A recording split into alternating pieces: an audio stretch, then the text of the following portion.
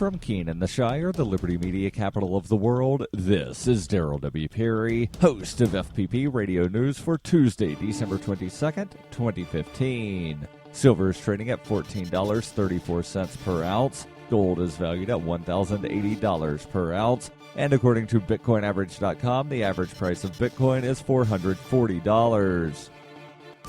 Antiwar.com reports coalition airstrikes against the The Islamic State-held Iraqi city of Mosul leveled homes in a residential neighborhood on Monday, killing at least 20 people, including at least 12 civilians. The claim was that the homes were used by the Islamic State. Witnesses said one of the houses belonged to the son of a local The Islamic State commander. Several other houses in the area were badly damaged by the attacks, and officials have conspicuously not commented on the incident so far. U.S. officials have generally not admitted to large civilian death tolls during airstrikes against the Islamic State territory, insisting the reports of eyewitnesses in those areas are not credible and refusing to investigate the claims more thoroughly. Mosul is the largest city of the Islamic State and has been held by the Islamic State since the summer of 2014. Though U.S. and Iraqi officials have talked up the eventual counterattack, there is no timetable for trying to reclaim the city, which is still deeply entrenched in the Islamic State's territory.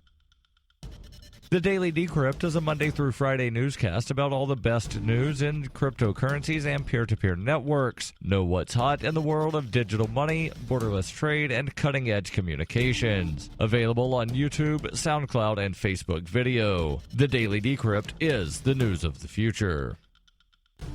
UPI reports the U.S. Food and Drug Administration on Monday overturned a rule banning gay men from donating blood, but will still impose some restrictions. The FDA's lifetime ban on blood donations from gay and bisexual men that's been in effect for 32 years has been lifted, but a new policy will ban men from donating blood if they've had sex with another man in the previous year. The lifetime ban was put in place amid the AIDS crisis. The FDA said in a statement the decision was made to reflect the most current scientific evidence and to help ensure continued safety of the blood supply by reducing the risk of human immunodeficiency virus transmitted by blood and blood products. The FDA said it will continue to reevaluate blood donor deferral policies whenever new scientific information becomes available. Critics of the new policy have said that gay men are still effectively banned from donating blood because they must be abstaining from sex, but the agency said it does not have research to loosen the regulation any further than the 12-month ban. Among other groups subject to the same 12-month ban in order to reduce the risk of HIV and AIDS transmission includes heterosexuals who have used intravenous drugs or had sex with prostitutes in the previous 12 months.